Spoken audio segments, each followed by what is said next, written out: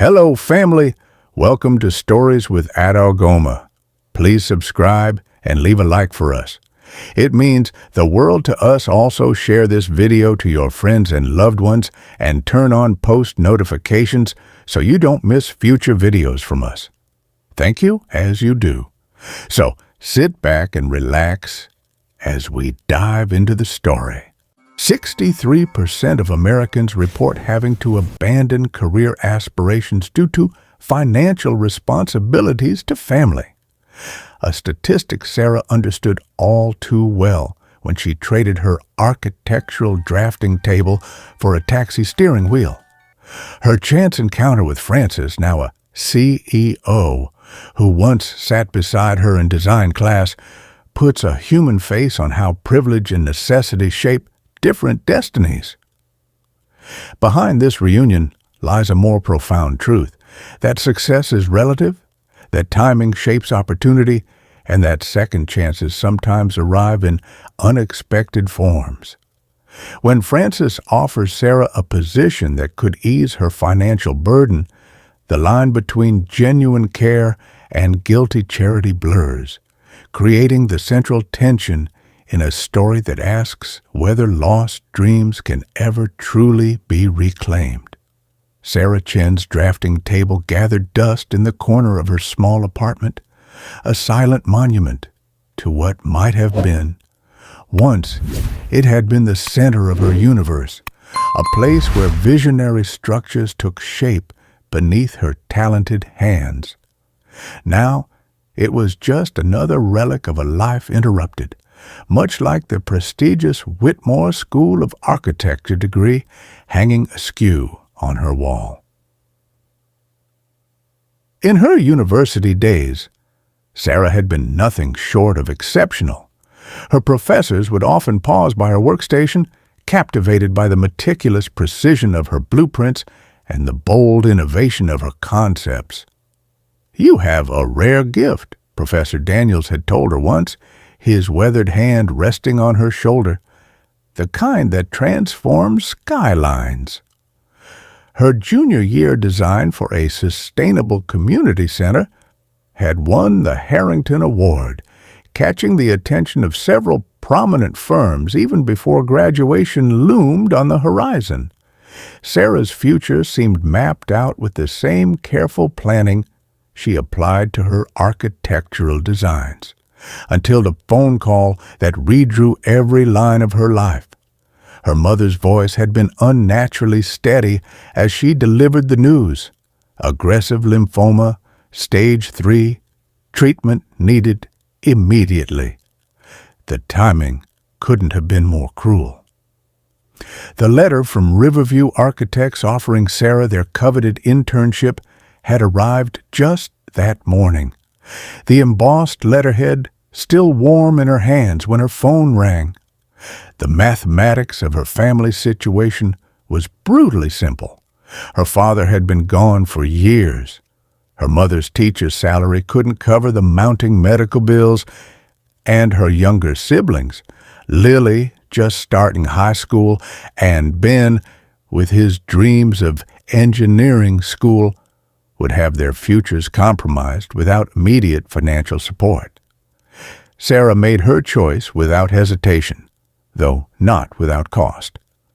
The day she called Riverview to decline their offer, she locked herself in the bathroom and wept silently, hands pressed against the cold tile wall. By morning, she had applied for her taxi license. Within a week, she was behind the wheel.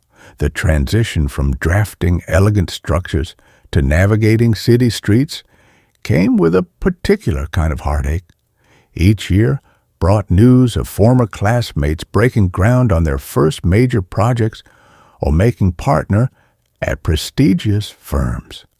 Meanwhile, Sarah learned different lessons: how to handle drunk passengers without confrontation, which streets to avoid after midnight, and how to stretch every dollar across her mother's treatments and her siblings' education funds.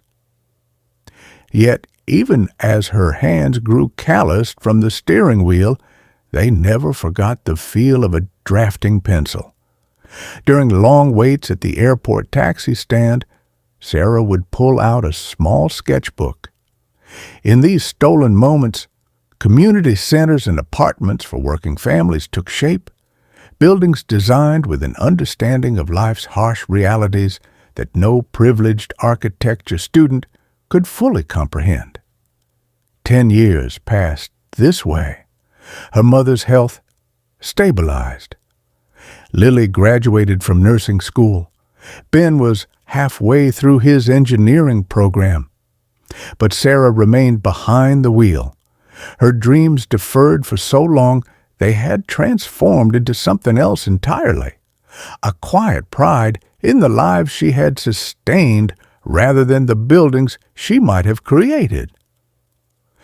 Then Francis Campbell stepped into her cab that Monday morning, his tailored suit and confident stride representing everything her life wasn't, his face a startling reminder of everything it once could have been. The moment their eyes locked in the rearview mirror, the years between them collapsed into a singular, breathtaking realization. Francis Campbell sat frozen, his designer watch glinting beneath his sleeve as he struggled to reconcile the poised architecture student from his memory with the woman now navigating morning traffic with practiced efficiency. Sarah's hands gripped the steering wheel tighter, her knuckles whitening as she felt the weight of his gaze, heavy with surprise and something that felt uncomfortably like pity. "Sarah Chen, is that really you?" His voice carried the polished confidence of boardroom presentations, seeming to fill the small confines of the taxi with an authority that made the space between them feel even more pronounced. "Hello, Francis." Her reply was measured, professional, the voice of someone who had learned to create boundaries between herself and her passengers. The silence that followed hung between them like an accusation. Francis cleared his throat, adjusting his tie as if preparing for an unexpected negotiation. "I always wondered what happened to you after graduation. You were brilliant. Everyone knew you were headed for greatness." The compliment landed with unintended weight, his well-intentioned words transforming into an indictment of her current circumstances. Sarah's eyes remained fixed on the road ahead. "Life happens," she answered simply, the brevity of her response building a wall between them. Each attempt at conversation from Francis revealed the chasm between their experiences. His questions about design firms and industry contacts, unwittingly highlighting everything she had been forced to leave behind. Days turned into weeks as Francis began requesting her specifically for his morning commutes. Each ride peeled back another layer of their divergent paths. The urgency with which he spoke of board meetings and investment opportunities contrasted sharply with Sarah's quiet concerns about making rent and helping her brother with tuition payments. "You know, I could arrange for a private contract," Francis offered one morning, his tone casual despite the deliberation behind his words. "Exclusive service, better pay." The proposal hung in the air, ostensibly business but transparently charitable. "I'm not looking for handouts, Francis," Sarah replied, her pride erecting a barrier that protected her dignity, but prevented him from understanding the depth of her choices. Not everything is about climbing higher. It was during an unexpected traffic jam that the carefully maintained distance between them finally cracked. "I don't regret it," Sarah admitted, surprising herself with the confession. "Choosing my family, but sometimes I see a building and think about how I might have designed it differently." Her voice softened. "I mourn for her sometimes, the architect I never became." Francis sat in stunned silence, humbled by the recognition that while he had been accumulating achievements, Sarah had been accumulating a different kind of wealth, one built on sacrifice and quiet strength.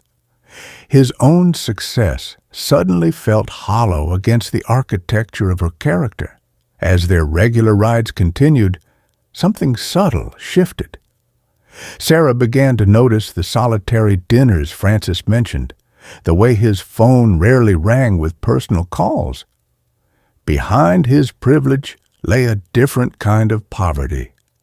Meanwhile, Francis started seeing beyond Sarah's circumstances to recognize the grace with which she carried her responsibilities, never with self-pity, always with purpose. Witnessing Sarah's quiet strength day after day, Francis found himself haunted by the architect she might have become. What visions remained locked away because of sacrifices she'd made?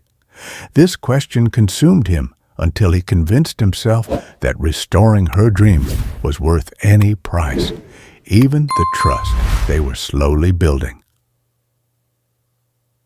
The Whitmore Alumni Excellence Scholarship appeared in Sarah's mailbox 3 months after her first ride with Francis. An anonymous benefactor had established it specifically for former students showing exceptional promise who had been forced to leave their studies due to hardship.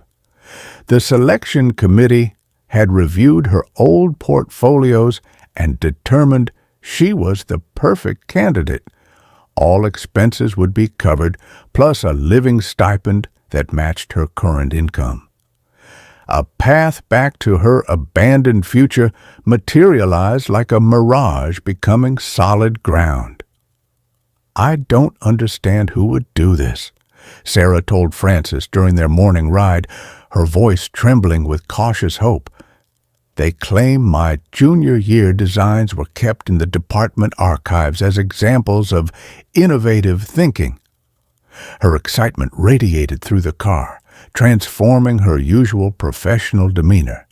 Francis maintained a perfect mask of surprise while his insides twisted with contradiction. The delight in her eyes validated his actions, yet every genuinely shared moment between them now rested on a foundation of sand. He had called in significant favors from the Whitmore dean, donated the funds through 3 separate shell accounts, and personally ensured her application received special consideration, all while feigning innocent support. As weeks passed, Sarah's transformation was remarkable. She arrived at their morning appointments with architectural journals tucked beside her seat, her conversation animated with discussions of sustainable design principles and urban integration theories. Francis watched her reclaim her passion with both pride and mounting dread. Each sketch she proudly shared represented both her rebirth and his betrayal. The scholarship created an invisible thread connecting them, one Sarah couldn't see, but Francis felt pulling tighter each day. Her gratitude toward the mysterious benefactor flowed freely, while Francis absorbed it like a thief accepting praise for returning what he himself had stolen. The truth hovered between them, unseen by her, but increasingly suffocating to him. At a department reception for scholarship recipients, Sarah stood confident among peers and professors, her design concepts earning genuine admiration. Francis attended as a corporate sponsor, watching from across the room as she flourished in the environment that should have been hers all along. Their eyes met briefly, her smile genuine with appreciation for his support, unaware that the very ground beneath her achievements was his construction. Gloria Westfield, Francis's ambitious VP of operations, who had long sought his personal attention, noticed his preoccupation with the taxi driver scholarship recipient. Her investigation was thorough and her timing calculated. It's strange how Sarah Chen received such a unique scholarship just when you became her regular client, she remarked loudly at the department reception, within earshot of several faculty members, almost as if someone wanted to impress her with their influence. The architecture of trust Frances had so carefully designed collapsed in that moment. Sarah's expression transformed from confusion to devastating comprehension as she looked between Gloria's smug satisfaction and Frances's stricken face. No denial came. In that silence, her accomplishment morphed from earned recognition into disguised charity. Betrayal has a curious way of stripping everything down to its essential truth. As Sarah stood amidst the wreckage of Frances's carefully constructed opportunity, she confronted the most fundamental question of her journey. Was her talent merely a reflection of someone else's belief in her, or something more enduring that had survived years of driving strangers through the city she once dreamed of reshaping? The whispers began within days. Her classmates' admiration curdled into suspicion as rumors of her connection to Frances spread through Whitmore's hallowed halls. Special consideration became the polite term for what many believed was simple favoritism, a wealthy benefactor paving the way for his driver. The architectural merit of her work became secondary to the circumstances of her return. "I won't let them reduce me to someone's charity project," Sarah told her reflection one sleepless night. The next morning, she withdrew from all social events and immersed herself in her designs with renewed intensity. Sarah's approach transformed, informed by what Albert Bandura might have recognized as hard-won self-efficacy, her belief in her abilities forged through years of resilience rather than privilege. Her final project for the exhibition emerged not from textbooks, but from lived experience. The community center she designed incorporated elements invisible to those who'd never struggled. Rest areas, positioned for the elderly who couldn't walk long distances, intuitive pathways that required no literacy to navigate, and dignified spaces that made no distinction between those who could afford luxury and those who could not. Architecture should honor both beauty and the dignity of those who use these spaces, Sarah explained to her skeptical advisor. "These aren't abstract concepts to me.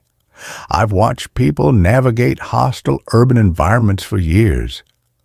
I've witnessed their struggles from my driver's seat." The day of the exhibition arrived with a weight of finality. Sarah stood alone before her displayed work, acutely aware of the measured distance her fellow students kept. When the judges approached, she felt her heart hammer against her ribs as if trying to escape the scrutiny. Their questions came rapid fire, challenging assumptions, pressing on apparent weaknesses in her approach. "Your design prioritizes social consciousness over aesthetic cohesion," one critic noted, his tone neutral but challenging. Sarah straightened her shoulders. "I believe architecture's highest purpose is serving humanity in all its diversity. My experience driving a cab taught me that the most beautiful buildings fail when they exclude those they should serve." A heavy silence followed before the head judge nodded once, the barest acknowledgement. When the results were announced hours later, Sarah's name echoed through the hall, followed by a moment of stunned silence and then applause that built like an approaching storm. In the back of the crowded room, Frances stood motionless, his pride in her achievement untainted by any sense of ownership.